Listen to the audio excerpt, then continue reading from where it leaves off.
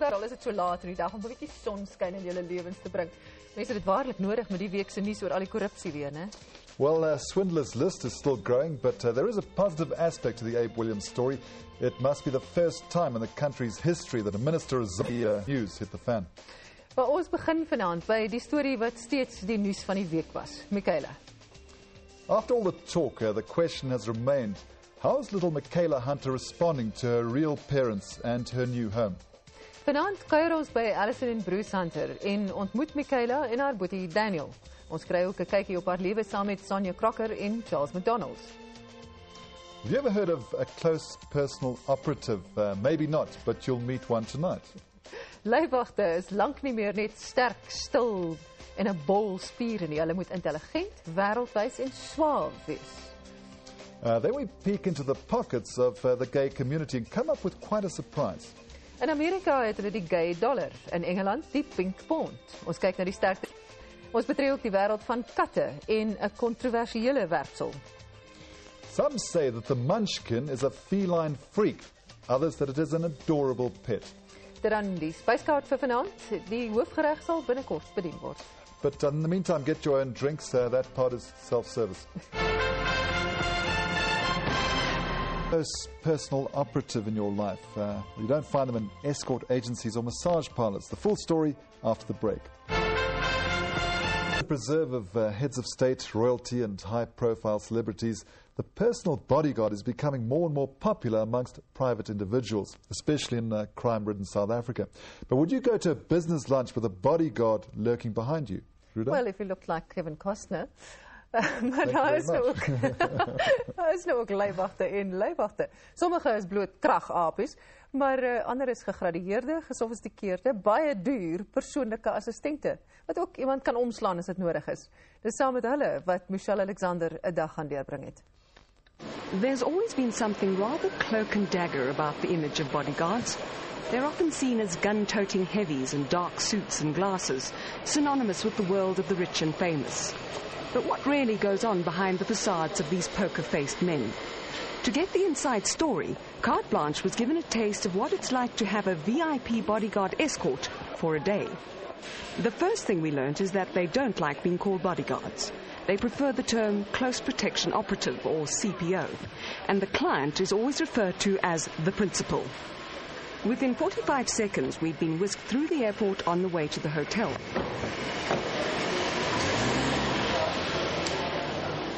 The whole operation was planned with military precision. Craig Pedersen was the team coordinator. What exactly went into that airport collection? We try to get it done as quickly as possible, as we've just done now. It minimizes the security risk to yourself as you're exposed for a lesser amount of time. The planning involved is quite substantial. In this instance, we've been working with a three-man advance party who arrived at the airport before we did certain checks and liaised with the airport's company to see everything was running smoothly. We then had two drivers, one driver for the vehicle which we're in now, and one driver for our lead car, who will be travelling in front of us all the way through to your hotel and clearing the road ahead of any obstructions, traffic jams or dangers. We also have obviously the three operatives who have escorted us in a formation from your arrival point to the vehicle. In the meantime, the advance party had already arrived at the hotel. For maximum security, a corner room is chosen, and it is then checked with a fine tooth comb for explosives and electronic surveillance equipment. Everything is examined to see that all is in working order. The team's task is not only to ensure the client's safety, but that their every need is met. There's no need to wait in baggage queues. Our luggage was collected for us and delivered to the hotel before we'd even arrived. The cost of this scale of operation is dependent on the needs of the client and an analysis of the threat against him or her. The more planning, manpower and equipment involved, the more expensive.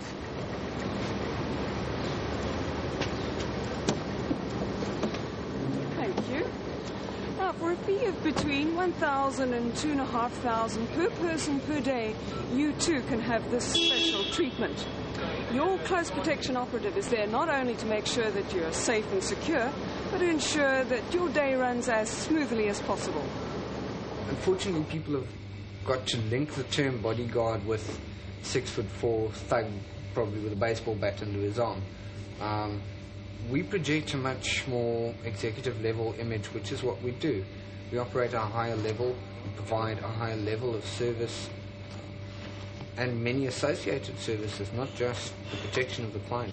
We provide with your peace of mind, your safety and your security. It's a full package.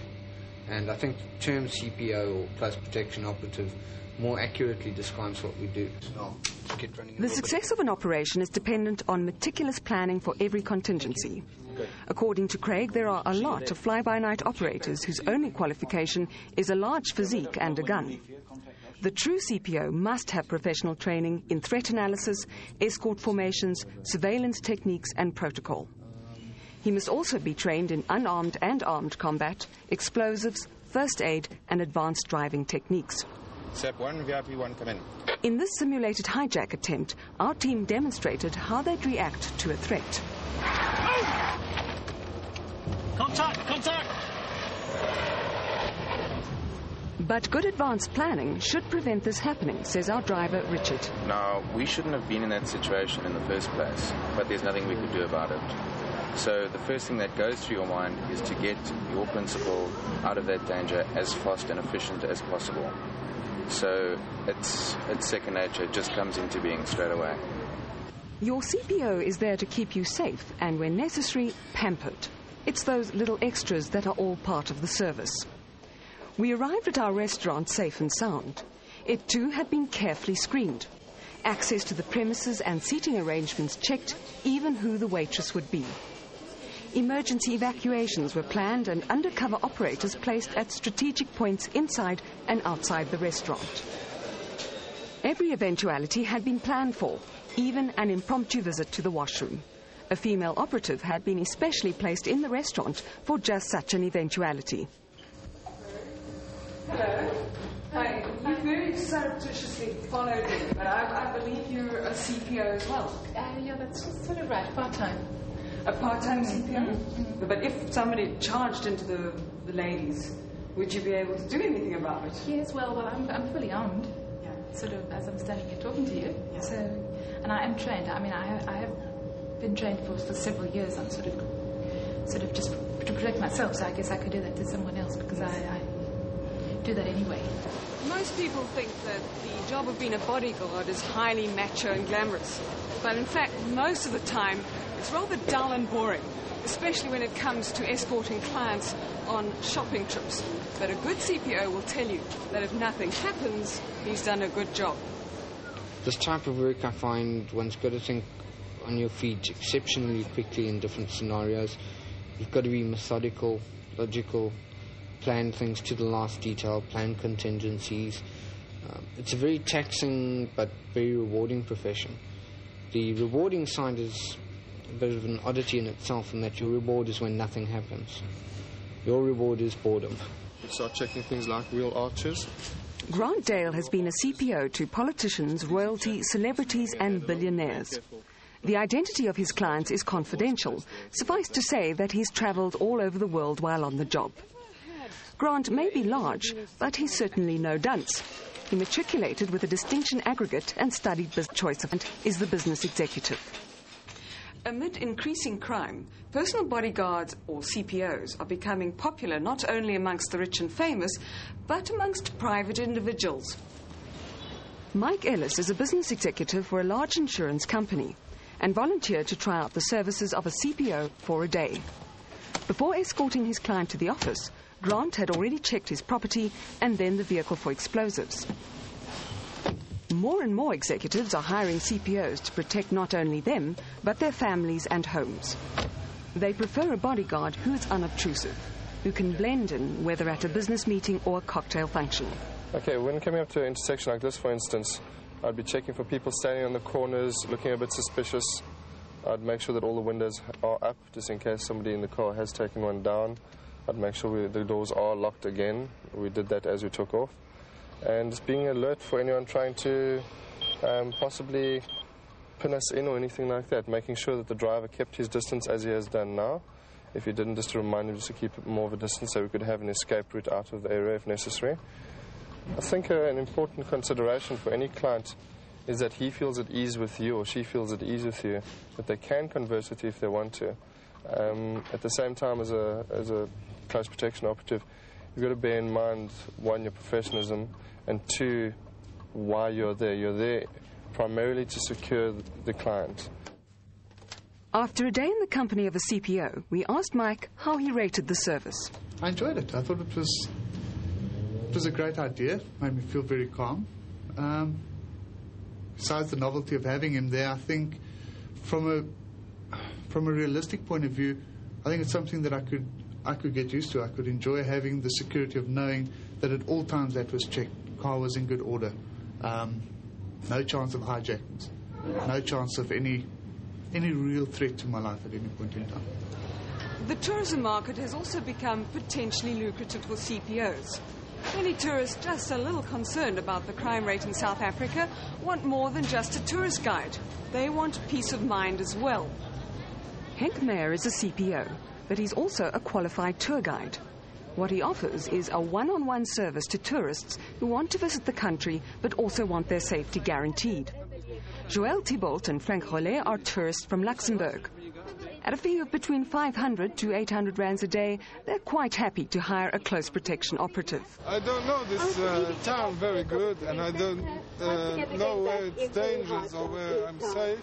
So I thought maybe it's better for me and my friend to get a bodyguard to take care about us, who shows us around what's going on, and at the same time we are protected. Joanne, do you feel safer with a bodyguard along for the ride? I think so, yes. I don't want to say that I have no confidence in my friend, but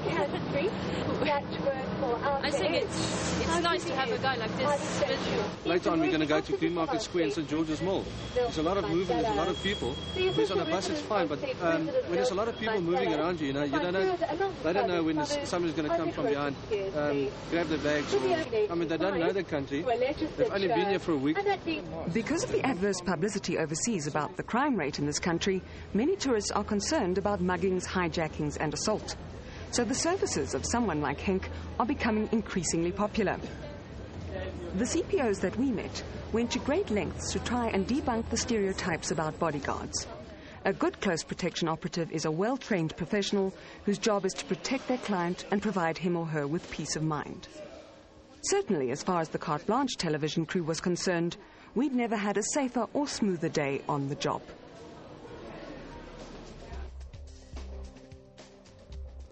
Well, I think Michelle really enjoyed doing that story, maybe a bit too much. She's working on getting her own CPO, just has to convince the bank manager. Well, show me the colour of your money. Greenbacks, blue hundreds, orange 200s, haven't seen many of them. Or is it the lighter shade of